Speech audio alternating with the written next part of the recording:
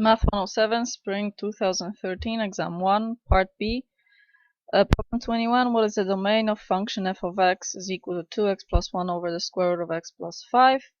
The denominator has to be other than 0, and whatever is under the square root has to be positive. So you have x plus 5 has to be greater than 0, which gives you x is greater than negative 5.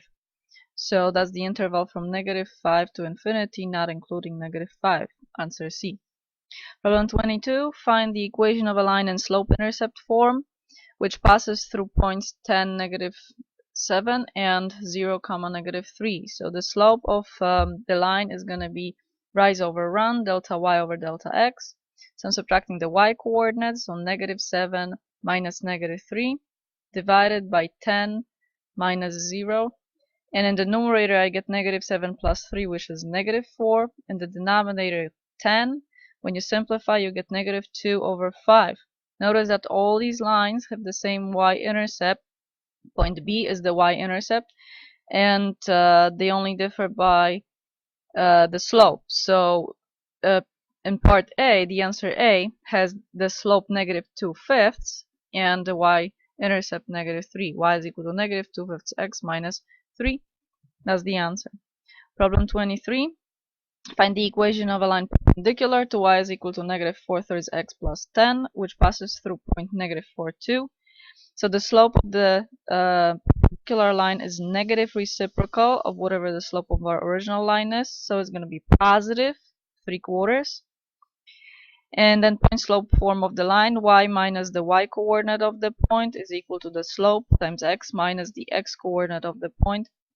Gives you y minus 2 is equal to 3/4 times x plus, because minus and minus give you plus, 3/4 times 4 gives you just 3. And then you just add 2 to both sides and you get y is equal to 3/4 x plus 5. Problem 27. Solve the equation 2x times x minus 3 is equal to 4.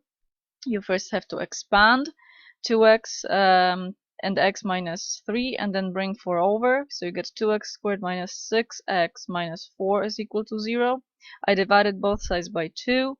So I get x squared minus 3x minus 2 is equal to 0. And then you use the quadratic formula. So that's going to be 3 plus or minus the square root of negative 3 squared minus 4 times 1 times negative 2. So you get plus 8. So the solutions are x is equal to 3 plus or minus square root of 17 over 2. Problem 25. What is the correct solution to this equation? And the solution to this equation is as follows. Find the common denominator on the left-hand side.